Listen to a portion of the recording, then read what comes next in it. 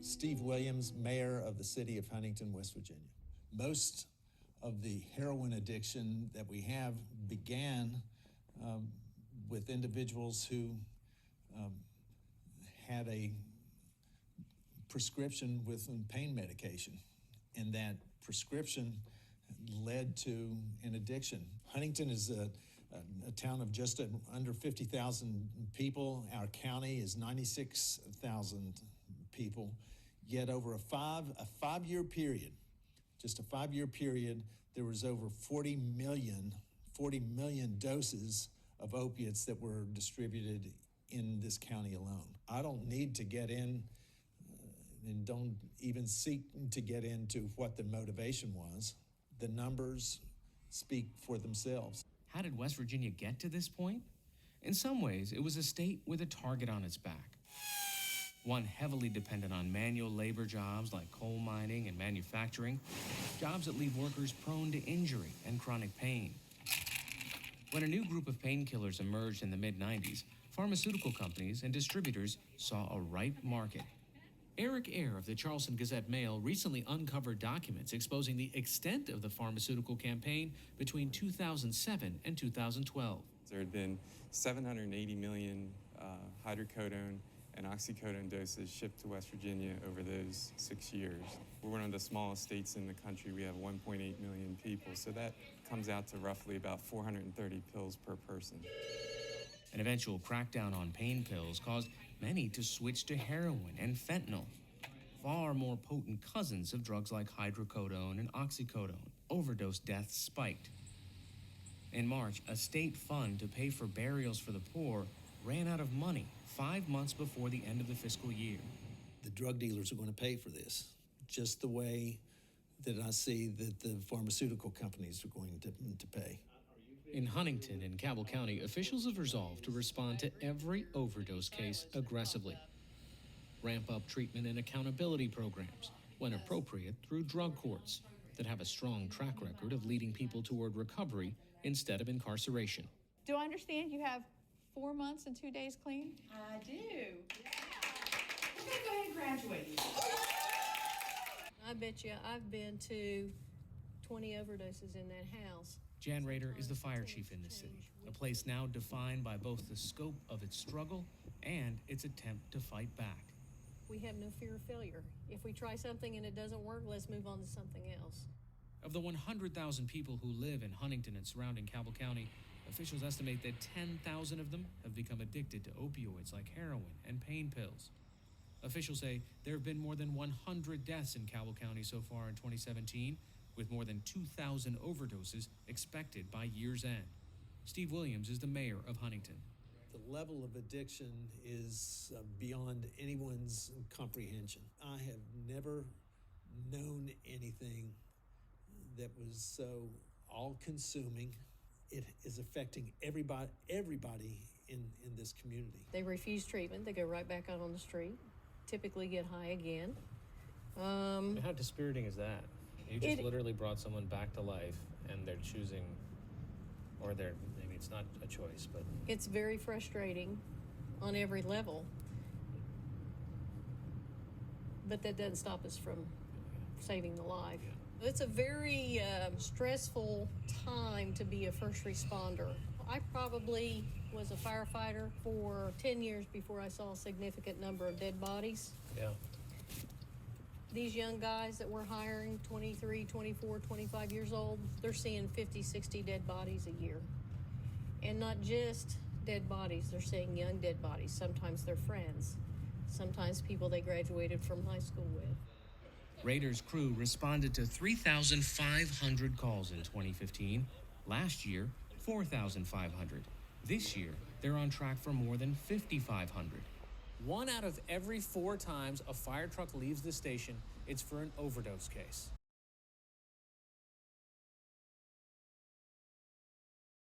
As the overdose death rate driving the opioid crisis continues to skyrocket, politicians in Washington are trying to figure out how to solve it. But here in Brooklyn, at this place, they're dealing with a more immediate problem, how to stop people from dying today. I need 3 10-packs of half CC. So, Emily, what is in there? Syringes.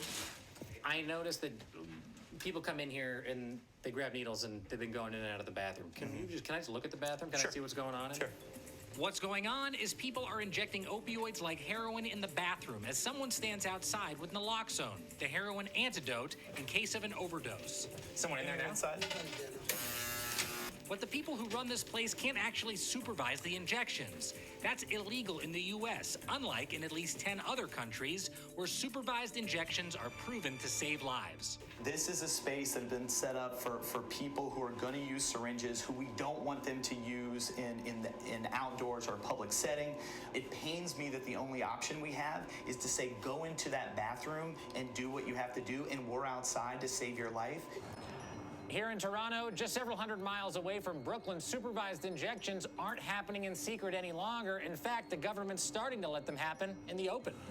So this is a brand new supervised injection site, and you guys are literally in the heart of downtown Toronto. We are. It's like a doctor's office meets Williams-Sonoma. I mean, it's like nice in here. Thank you. People who inject drugs in Toronto are really worried about overdose. They're using alone in their home. What if they overdose? So they're going to use this service too. The city opened this facility following the success of a pop-up safe injection site run by volunteers in this Toronto park. In this tent here, people are allowed to smoke drugs, and in the other tent here, people are injecting drugs. Heroin, fentanyl. Right now, please. Oh, I'm needed, sorry. Go ahead. In the tent? Yes. It sounds like there's an overdose happening right now in progress inside the tent, and that's exactly why they have these tents. We're not going to touch you.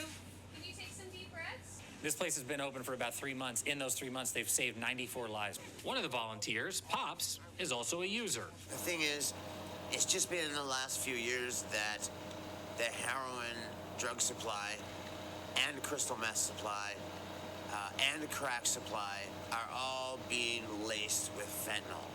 Fentanyl it's a crisis.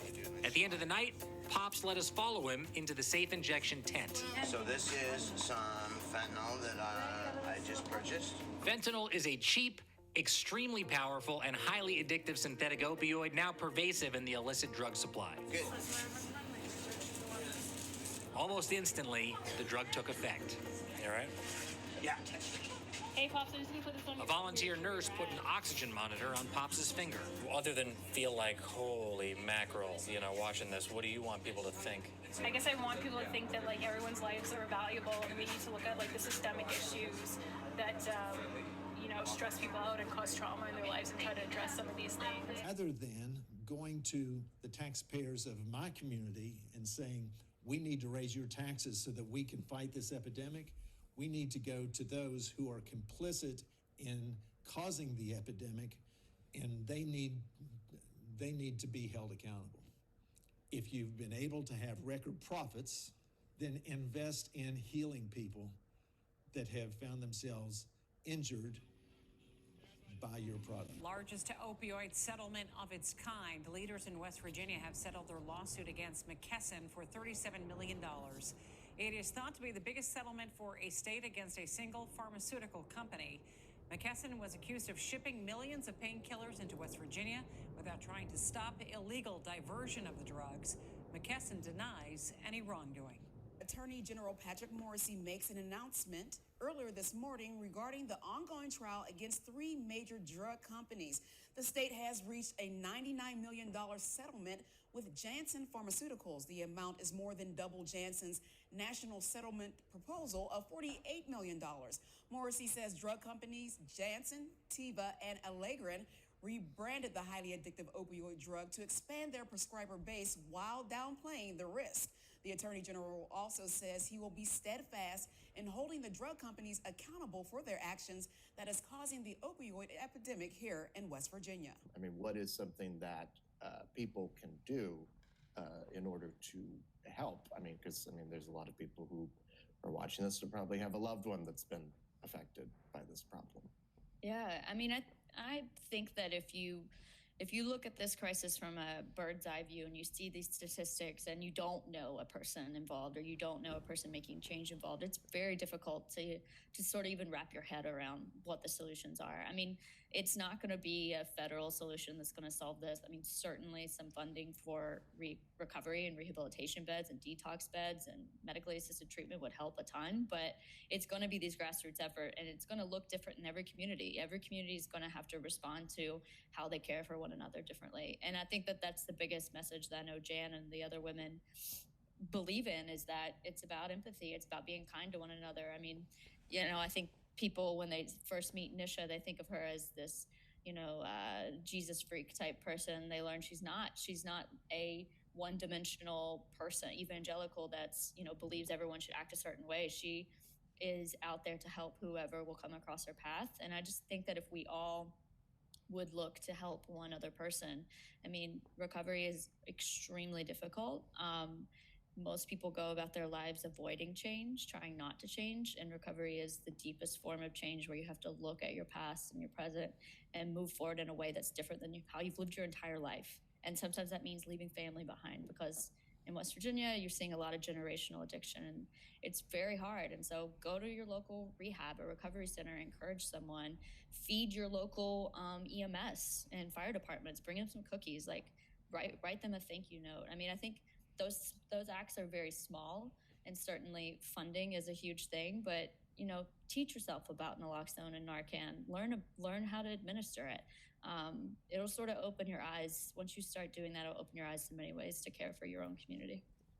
It's the best of times in Huntington, yet the worst of times. The best of times, Mayor Williams says, because collaboration in the city has never been stronger. Lessons are being learned every day that are spreading to other parts of the country. I believe that we will end up on the right side of it. What I am constantly trying to do is lift people up, square your shoulders, and we are from Huntington, West Virginia, and we're showing an example to the rest of the country how you can defeat this. And then as soon as I do that, then we'll end up hearing the fire trucks going by, and they're going after another overdose.